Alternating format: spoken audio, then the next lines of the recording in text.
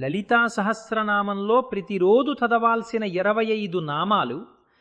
అలాగే మనకి లలితోపాఖ్యానము అని ఒక బ్రహ్మాండ పురాణంలో ఉంది. ఆ లలితోపాఖ్యానంలో ఒక మాట చెప్తారు. నేను దీంతో పూర్తి చేసేస్తాను, కాలం దాటుతున్నాను కాబట్టి. అందులో ఒక మాట అంటారు, అమ్మవారికి 25 నామములు ఉన్నాయి లలితా సహస్రనామం చదువుకోవడానికి. ఇవాళ నాకు సమయం కుదరలేదు అనుకుంటే, ఎప్పుడైనా ఏదైనా ప్రయాణం మీద బయలుదేరుతుంటే, ఏదైనా ముఖ్యమైన కార్యం మీద నేను వెడుతున్నాను అనుకుంటే, అంటే అమ్మవారి అనుగ్రహం నాకు పూర్ణంగా కలగాలి.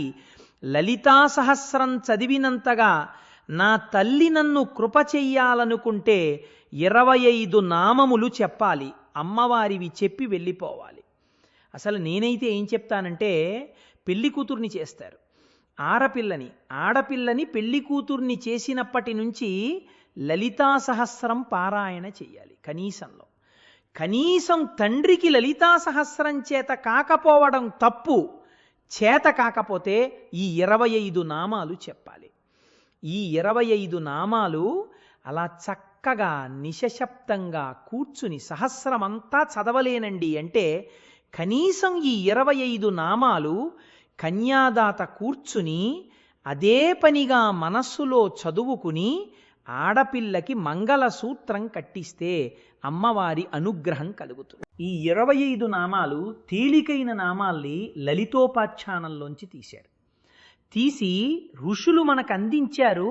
ఈ 25 నామాలు ఎక్కడ చెప్తున్నాడో అక్కడ సహస్రం చెప్పినంత శక్తి మీకు కలుగుతుంది. అంత గొప్ప నామాలు. ఆ నామాలు నేను చెప్తాను, మీరు కూడా చెప్పండి. సింహాసనేషి, లలితా హాసనేషి, లలిత మహారాజ్ని,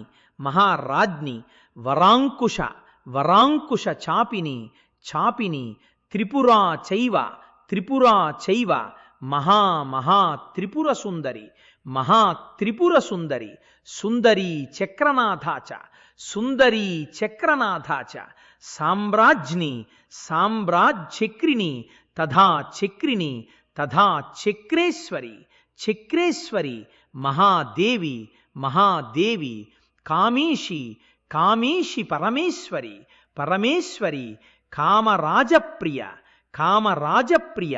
కామకోటికా చక్రవర్తిని మహావిద్య శివానంగ వల్లభ సర్వపాటల కులనాథ ఆమనాయనాథ సర్వాంనాయ నివాసిని శృంగారనాయిక చేతి. ఇక్కడికి 25 అయ్యాయి. పంచవింశతి శతినామభిః అంటే 25 నామాలు ఎవరు చెప్తున్నారో స్తువంతియే మహాభాగం లలితా పరమేశ్వరిని.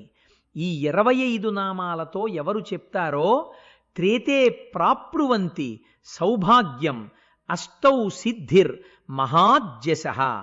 అష్టౌ సిద్ధిమహం. ఈ 25 నామాలు నేనైతే ఏం చెప్తానంటే, మంగళ సూత్రాలని చేతిలో పట్టుకుని 25 నామాలు చెప్పి కళ్ళకు అద్దుకుంటే అటువంటి వాళ్ళకి అందులోనే ఉంది తేప్రాప్నువంతి సౌభాగ్యం. ఏ కారణం చేతనైనా భర్తగారికి ప్రమాదం ముంచుకొస్తున్నా అమ్మవారు సర్వమంగళ స్వరూపిణి అయి కాపాడుతుంది. కాబట్టి రోజు పురుషులు కానీ స్త్రీలు కానీ అందరూ ప్రతి ఇంట్లో చెప్పుకోవలసినటువంటి 25 నామాలు ఇవి. నేను ఇలాంటి అనర్ధరత్నములు ఎన్నో ఉన్నాయి. ఇవి నువ్వు ఆయా సందర్భములలో అమ్మవారు ఆ దేవతలతో చెప్పించింది. ఇవి నువ్వు ఏరుకొని వీటిని రోజు ఇంట్లో చెప్పుకుంటే నీకు ఈ సౌభాగ్యములు కలుగుతాయి. ఏది చెప్పినా, ఏది ఏ కారణము చేత మీరు ఆగినా 2 మాత్రం మీకు తప్పకుండా కావలసి ఉంటాయండి. ఒకటి, సర్వమంగళ మాంగళ్యే శివే సర్వార్థ సాధికే శరణ్యే త్రయంబకే దేవి నారాయణీ నమోస్తుతే. ఈ ఒక్క శ్లోకాన్ని చెప్తే మొట్టమొదట మీరు 8 గొప్ప వస్తువులు చూసినట్టు మళ్ళీ చెప్తున్నాను. బ్రహ్మవేత్త, గోవు, ఆవు, ఆ గోవు అగ్ని, బంగారము, వెన్న, సూర్యుడు, స్త్రీలు.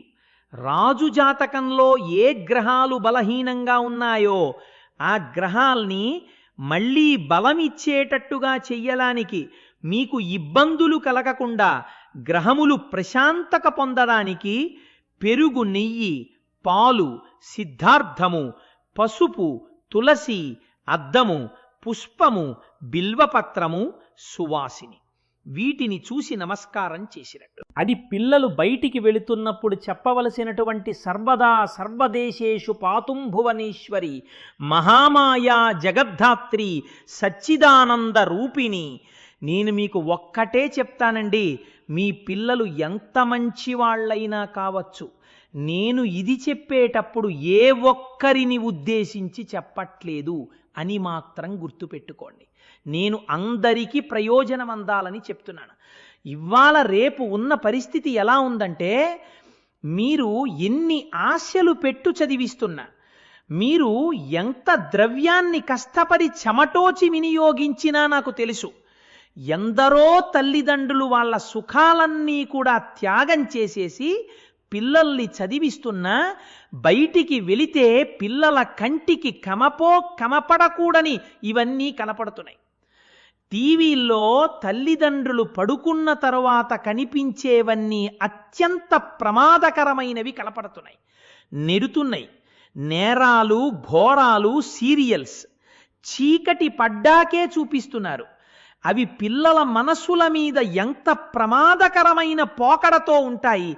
దొరికేటటువంటి సాహిత్యం అటువంటిది దొరుకుతోంది. స్నేహితులు అటువంటి వాళ్ళు దొరుకుతున్నారు. ఒక మోటార్ సైకిల్ ఎక్కితే 80 కిలోమీటర్ల తక్కువ వేగంతో ఎవ్వడు నడపడ రోడ్డు మీద పిల్లాడు వెళుతుంటే ఎటువైపు నుంచి ఏ ప్రమాదం వచ్చి మీద పడిపోతుందో తెలియదు. మానసికంగా, శారీరకంగా ఇంత ప్రమాదకరమైనటువంటి స్థితిలో ఇవాల్టి సమాజాన్ని తయారు చేసేశారు.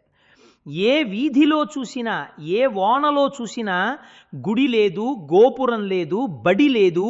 ఎవడిని వాడు బాహ్యస్మృతిని మరిచిపోవడానికి వీలైనటువంటి ఉన్మాదక పదార్థాలు స్వేచ్ఛగా బియ్యం కన్నా బాగా దొరుకుతున్నాయి.